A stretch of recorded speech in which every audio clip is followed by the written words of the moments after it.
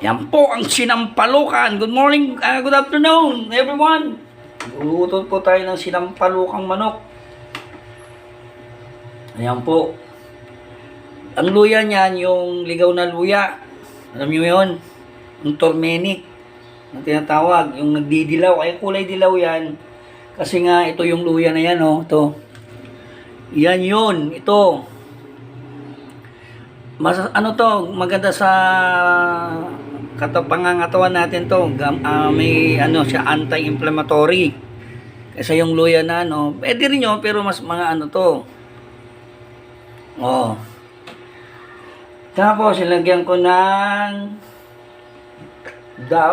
puso ng saging. Ayan. Ginisa ko muna to ng kamatis, sibuyas. Yun yung turmeric na yun. Bawang. Oh, tapos tinimplahan ko ng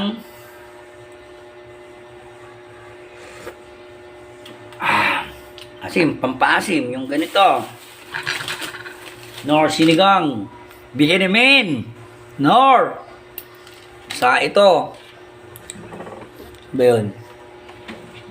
Cubes, bakinimin din, ha? Yan, ngayon, kumukulo na siya. Medyo luto na rin ng konti. Huwag ka na magbitsin. Bahala ka kung gusto mo magbitsin o ano. Ako hindi na ako magbitsin dahil dami-dami na nun. Lalagay tayo ng maminta. Yan.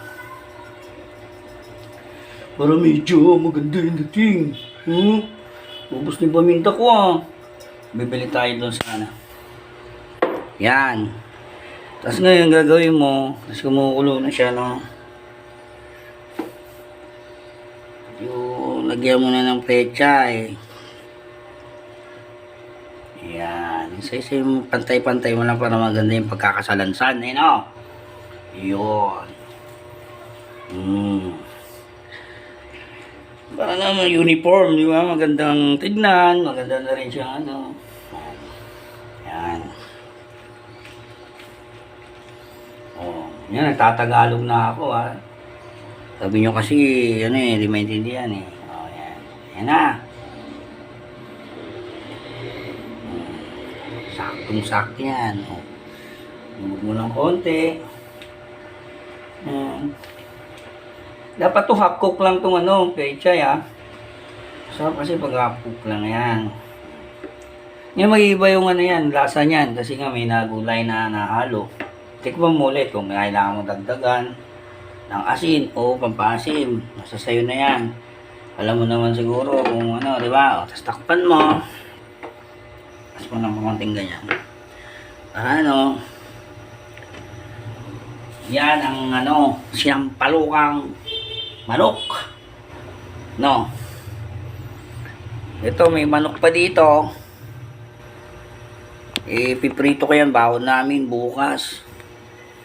Kasi papasok tayo bukas, ganyan, baon mahal ang bilihin. Puta, restaurant, magkano ng kanin? 15 pesos. Tapos ang ulam, 70. Dito, double rice. 100 na.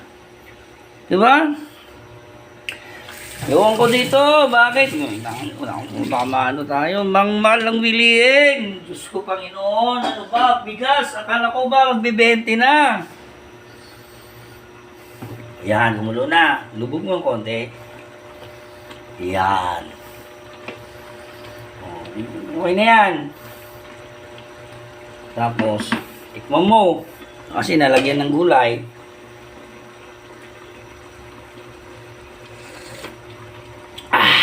Power! Ito na. Kakain na tayo. Mga kapatid, mga ka-Facebook, mga kamag-anak, mga ka-brad, let's eat! Fight! Patayin na natin. Ayos ba? Okay.